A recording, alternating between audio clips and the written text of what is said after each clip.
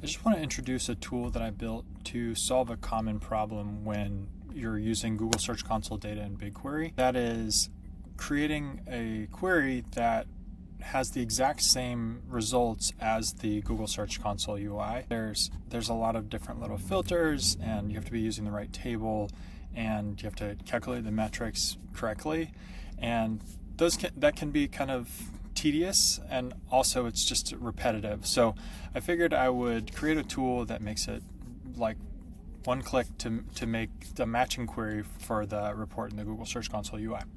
So the way it works is it uses the URL for Google Search Console, and as you may or may not know, the information needed to create this report is all in the query parameters in the URL. And so take it, put it into the tool, trevorfox.com/tools/GSQL, put it into the URL bar here, and hit generate SQL, and then it provides the SQL query for you to run into BigQuery. And I paste it in here, and when I run it, let's see what happens.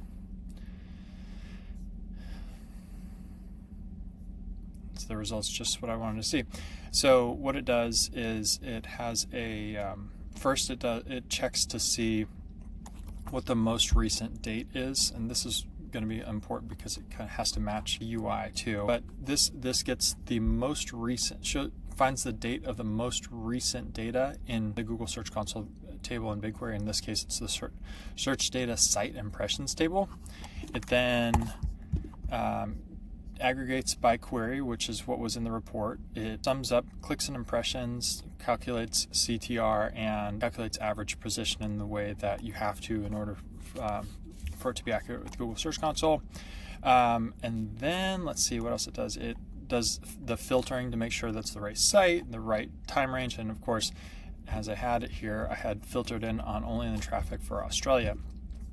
So it does all the filtering and does the ordering and grouping just exactly the way it shows in the report.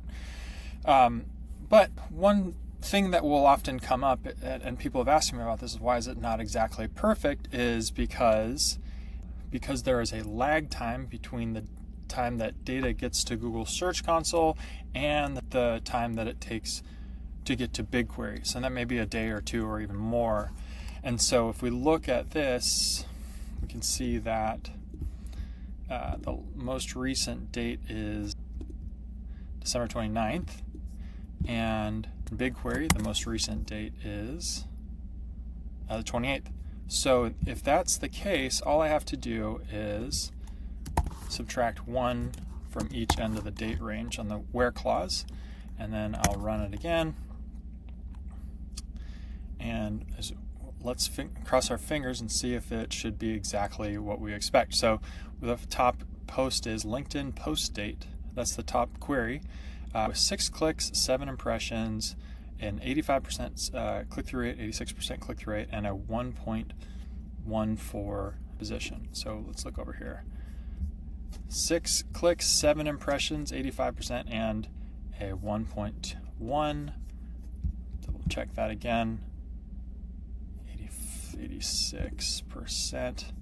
Pretty good. And that's how it works. So all you have to do is take the URL, paste it in the tool. You have the SQL you need to run the query. And if you ever run into an issue where the dates are not perfectly aligned, you can just subtract the appropriate number of days so that they're equal in both places. But that's it. Hope you use it to enormous success and have a great day.